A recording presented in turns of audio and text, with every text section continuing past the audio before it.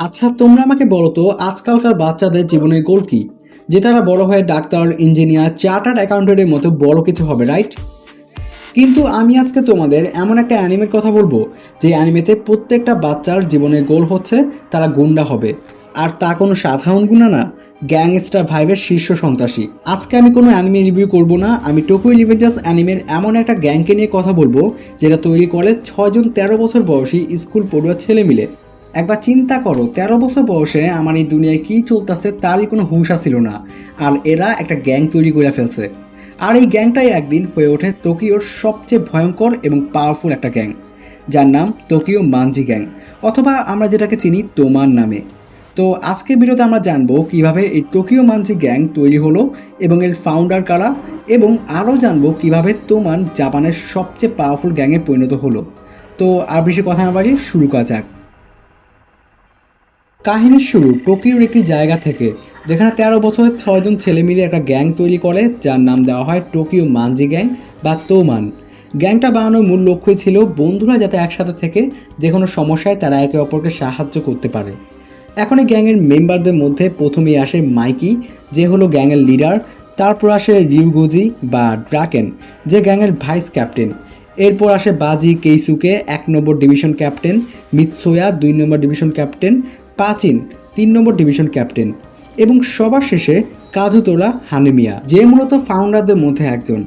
এখন কেন হানিমিয়াকে আমি কোনো ডিভিশনের ক্যাপ্টেন বললাম না, কেন আমি ওকে শুধুমাত্র ফাউন্ডারদের একজন বললাম, তা তোমরা একটু পরেই জানতে পারবা।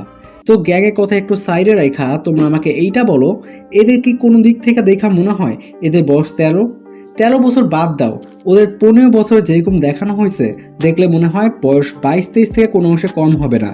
এরা 13 বছর বয়সেই বাইক নিয়ে ঘুরে, আর তুমি চিন্তা করো তুমি 13 বছর বয়সে কোন দুনিয়ায় ছিলা। এই ফটোটাই দেখো না, যে লোকটাই ফটোটা তুইলা দিছে ওনারা ওরা ধরে মারছে। এই লোকটাও হয়তো মনে মনে বলতেছে তো এই তোমান গ্যাংয়ের নাম মাইকি দিলেও গ্যাং তৈরি করার প্ল্যান ছিল বাজির, এবং সেই ঠিক করে কে গ্যাংয়ের লিডার হবে এবং অন্যরা কে কোন পদে থাকবে। তো একদিন হয় কি, বাজি এবং হানিমিয়া একটি বাইক চুরি করতে যায় এবং সেখানে হানিমিয়া একটা লোককে মাইরা ফেলে, এবং যার ফলে হানিমিয়ার 2 বছরের জেল হয়ে যায়। আর মজার বিষয় হলো এইটা, হানিমিয়া যেই লোকটাকে মাইরা ফেলছে সে মূলত ছিল মাইকেল বড় ভাই। হানিমিয়া জেলে চলে যাওয়ার কারণে তার আর গ্যাংয়ে থাকা হয় না, তাই হানিমিয়া গ্যাংয়ের কোনো ডিভিশন ক্যাপ্টেনে নাই। আশা করি তোমরা বুঝতে পারছো। তারপরে কাহিনী 2 বছর পরের থেকে, যখন তাদের সবার বয়স 15। এখন তোমান আর সেই 6 জনের মধ্যে সীমাবদ্ধ নাই, তোমানে এখন মেম্বার সংখ্যা 150 জন। তোমানের এখন কিছু নিয়ম ছিল, যে তারা কোনো বয়স্ক এবং নারীদের উপর হাত তুলবে না এবং কোনো অনৈতিক কাজে লিপ্ত হবে না, ব্লা ব্লা। তো হয় কি, তোমানের সাথে ওই সময়ের আরেকটা পাওয়ারফুল গ্যাং বালহালার সাথে ফাইট হয়, যে ফাইটটা অ্যানিমের মধ্যে ব্লাডি হ্যালোইন নামে পরিচিত। এই ফাইটে তোমানের মূল লক্ষ্য ছিল বাজিকে বালহালার থেকে ফিরিয়ে আনা, কারণ বাজি তোমান ছেড়ে বালহালায় যোগ দিয়েছিল, কিন্তু মাইকি চেয়েছিল বাজিকে আবার তোমানে ফিরিয়ে আনতে। অন্যদিকে বালহালার লক্ষ্য ছিল বাজিকে দিয়ে তোমানকে ধ্বংস করে দেওয়া। বালহালায় আরেকজন ছিল হানিমিয়া। সে 2 বছর পর জেল থেকে ছাড়া পেয়ে তোমানে না যায় বালহালায় জয়েন করে, কারণ মাইকির ভাইকে মারার পর থেকে ও একটু পাগল টাইপের হয়ে যায়। হানিমিয়া মনে করত তার জীবনের সব সমস্যার মূল কারণই মাইকি, তাই সে মাইকিকে মারার জন্যই বালহালায় জয়েন করে। আর এই সব কিছুর মূলে ছিল কিসাকি টেট্টা, যেই মূলত এই পুরো ঝামেলার মাস্টার মাইন্ড ছিল। তো এখানে তোমান আর ভালহালার মধ্যে সেই লেভেলে একটা ফাইট হয় এবং এখানে বাজি মারা যায়, আর শেষে গিয়ে তোমানই জিতে। এখন তোমাদের এটা জানতে হবে না কেন বাজি তোমান ছাইড়া দেয় এবং কে এই কিসাকি টেট্টা এবং তোমান কিভাবে ভালহালার বিপক্ষে জিতছে, এগুলো তোমরা অ্যানিমেল প্রথম সিজন দেখলেই বুঝতে পারবা।